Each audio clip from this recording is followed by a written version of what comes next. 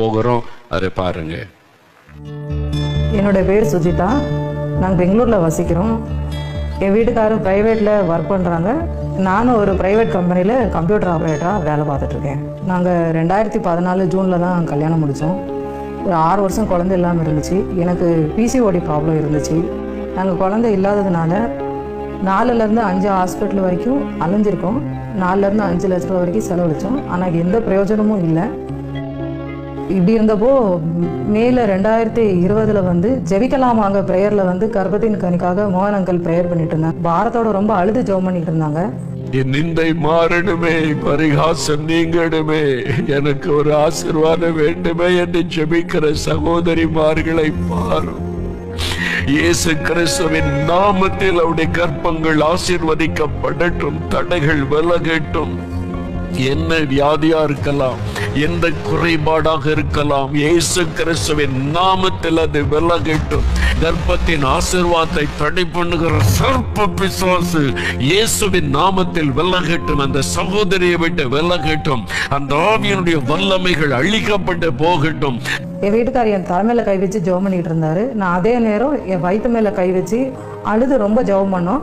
ஜெபம் பண்ணிக்கிட்டு இருக்கும்போது ஒரு சர்ப்பத்தின் ஆவி வந்து என் வயிற்றை விட்டு வெளியில போனதை நான் உணர்ந்தேன். நான் அந்த நேரமே நாங்கள் விசுவாசிச்சோம், எங்களுக்கு இந்த வருஷம் ஒரு குழந்தை ஆயிரும், ஆண்டவருக்காக வளர்க்க எங்களுக்கு ஒரு குழந்தை கண்டிப்பாக கிடைக்கும் அப்படின்னு எனக்கு ஒரு விசுவாசம் எனக்கு ஸ்ட்ராங்காக வந்துருச்சு. நான் இப்படி இருக்கும்போது 2021 ஆகஸ்ட் மாதம் 14ஆம் தேதி எங்களுக்கு ஆண்டவர் 2 குழந்தைய கொடுத்தாரு. 2 ஆண் குழந்தைங்க. ரொம்ப அழகாகவும் இருந்தது பிள்ளைங்க. உங்களுக்கு குழந்தை ஆகுமான்னு எத்தனையோ பேர் நினைச்சவங்க முன்னாடி எங்களுக்கு 2 ஆண் குழந்தைங்களை கொடுத்து ஆண்டவர் ஆசீர்வதிச்சு எங்களை எல்லாரும் முன்னாடியும் தலை நிமிர்ந்து நிற்க வச்சார் ஆண்டவர் எங்களை. இப்படி எங்கள் வாழ்க்கை நல்லா போயிட்டு இருந்தது குழந்தைங்களோட. அப்போது குழந்தைங்களுக்கு 10 மாதம் ஆயிருந்துச்சு. அப்போ கொஞ்சம் கொஞ்சமாக குழந்தைங்க 2 பேருமே நடக்க ஆரம்பித்தாங்க. 1 வயசு ஆனப்போ முழுசாக நடக்கவே ஆரம்பிச்சிட்டாங்க 2 குழந்தைங்களும். நடக்க ஆரம்பித்தப்போ 2 குழந்தைங்களும் முட்டிக்கு கீழே கால் வளைய ஆரம்பிச்சது. கொஞ்சம் கொஞ்சமாக வளைய ஆரம்பிச்சது. ஒரே மாதம், ஒரு 1.5 மாதம் 2 மாதத்துக்குள்ளே கால் முட்டிக்கு கீழே முழுசாக வளைஞ்சிருச்சு. 2 காலுமே 2 குழந்தைக்கு ஒன்று வேலை சொல்லி வச்ச மாதிரி 2 பேத்துக்குமே 2 காலுமே வளைஞ்சிருச்சு. ரோட்டில் குழந்தைங்க நடந்து போகிறது கைப்பிடிச்சு 2 குழந்தைங்களை கூப்பிட்டு போகும்போது ரோட்டில் பார்க்குறவங்க கூட, குழந்தைங்க பார்க்க அழகாக இருக்குது, என்ன முட்டிக்கு கீழே இவ்வளோ வளைஞ்சிருக்கு, ஏதாவது ஆஸ்பத்திரிக்கு கூட்டிகிட்டு போங்க, ஏன் இன்னும் கூட்டிகிட்டு போய் காமிக்காமல் இருக்கீங்க அப்படின்னு சொல்லி கேட்க ஆரம்பிச்சிட்டாங்க.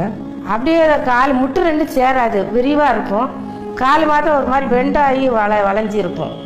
ஒரு மாதிரி ஷேப்பாக இப்படி போய் இப்படி வந்துருக்கும். அப்படியே படுத்திருந்தா குழந்தைங்க வந்து உயரமாக தெரியும், நடக்கும்போது குழந்தைங்க குள்ளமாக தெரிய ஆரம்பிச்சானுங்க.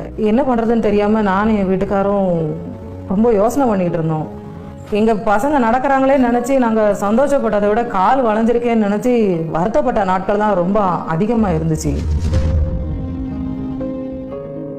இப்படி ஒரு கஷ்டமான சூழ்நிலையில் குழந்தைங்க கால் வளைஞ்சிருக்கே அப்படின்னு சொல்லி ரொம்ப வருத்தப்பட்டுட்டு இருந்த சூழ்நிலையில் ஜெபிக்கலாமாங்க நிகழ்ச்சியை நாங்கள் விடாமல் பார்த்துக்கிட்டு இருந்தோம்.